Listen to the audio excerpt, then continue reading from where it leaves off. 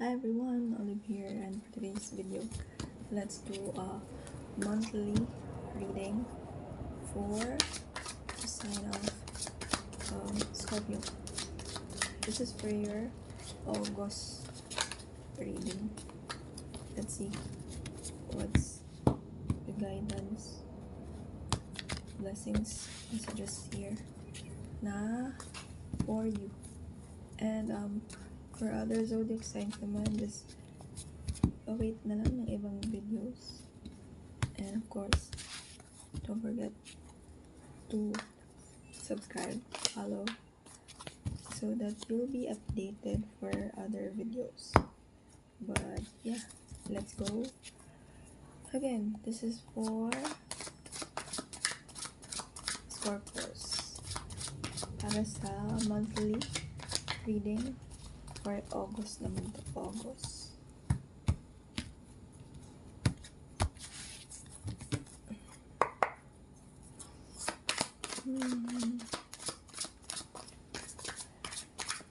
And I would like to thank sa lahat ng mga new followers, subscribers, and nagpapa-private readings with me. Thank you so much, everyone.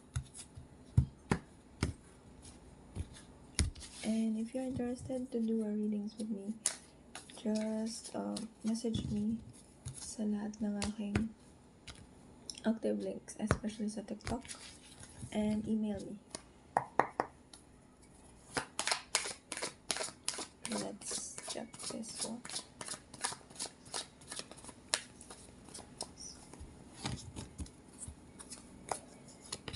Okay, we got the Tower card. Before, habang nagsishuffle ako a while ago, I see something like a rock. Maybe for some of you are dumaraan sa rock bottom na tinatawag. Parang masyadong sinusubok or maaring subukin ka ng pagkakataon, panahon, as they say. Especially this is related to a relationship sa family. For some of you here, significant or important din ang work. Maring may pagbabago dyan pagdating sa August. I got also Knight of Cups.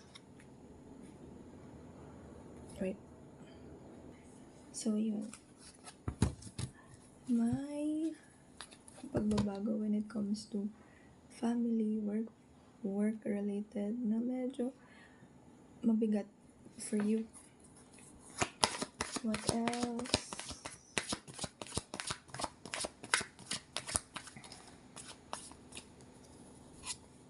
We got 10 of Swords. The Star card. The High Priestess. 6 of Cups. Death card. This is your card, Scorpio. 4 of Swords. 7 of Swords. The Strength. And another. Again, this is a monthly reading for August. Guidance, blessings, messages. So yeah, 10 of Cups. 5 of Pentacles. Oh, the Sun card. Page of Wands. And 3 of Swords. Okay.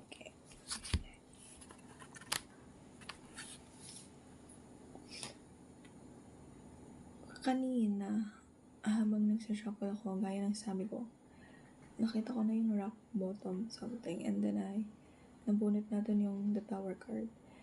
Ayun nga, bukod sa may mabilisang pagbabago, na hindi siya masyadong comfortable when it comes to you, hindi ka prepared sa maaring magkaroon ng pagbabago sa iyong family, especially sa work.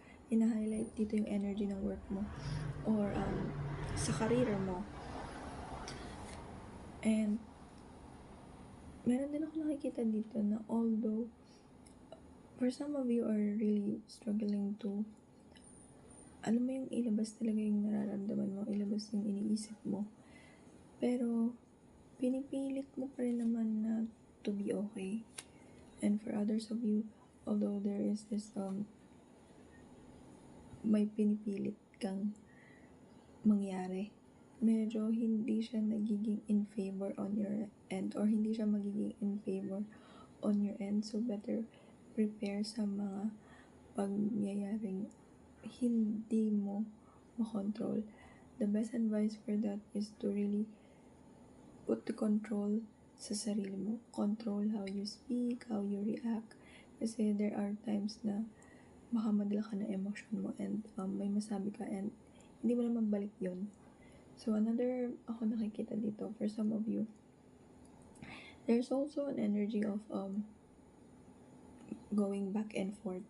Maybe ikaw yung tipo ng taong hindi ka masyadong makapag-focus next month. So, put your focus on kung saan mo talagang gustong mag-thrive, saan mo talaga gusto mag-stand out.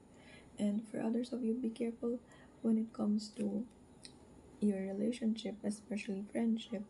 So, masyadong hina-highlight dito yung energies ng work mo, kung saan ka kumikita, kung saan ka nag-gain ng wealth, ng attention. Be careful when it comes to your relationships, sa friendships, sa work field, kasi merong mga taong like they're not worthy of your trust. They're not worthy of your time as well.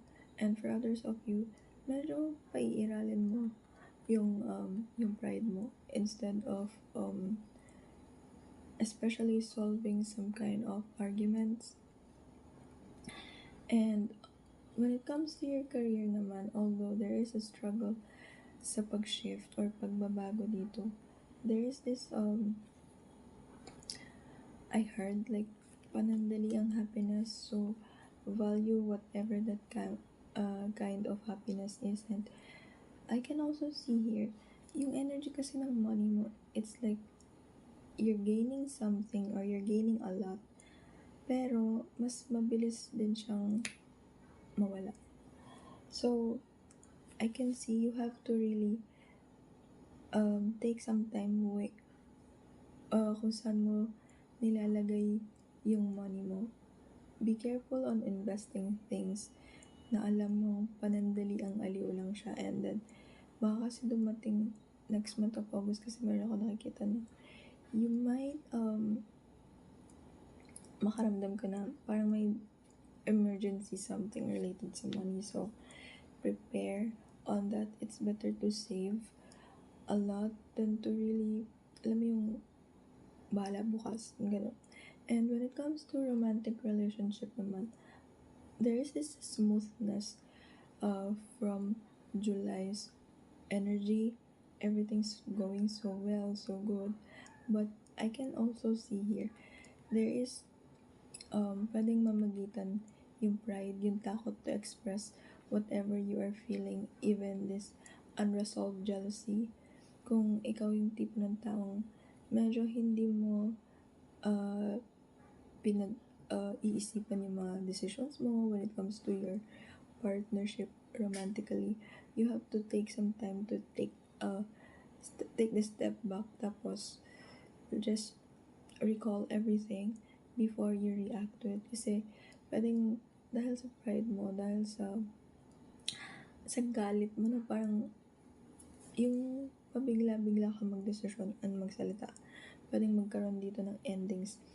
And ayun, there are also energies here that maybe may mamimit ka mga bagong tao sa life mo, and then you feel like sobrang nag-click kayo. But I can also see, especially on your work ends, on your work energy, they are like judging you when you're not around, and hindi talaga sila mapagkakatiwala ang energies.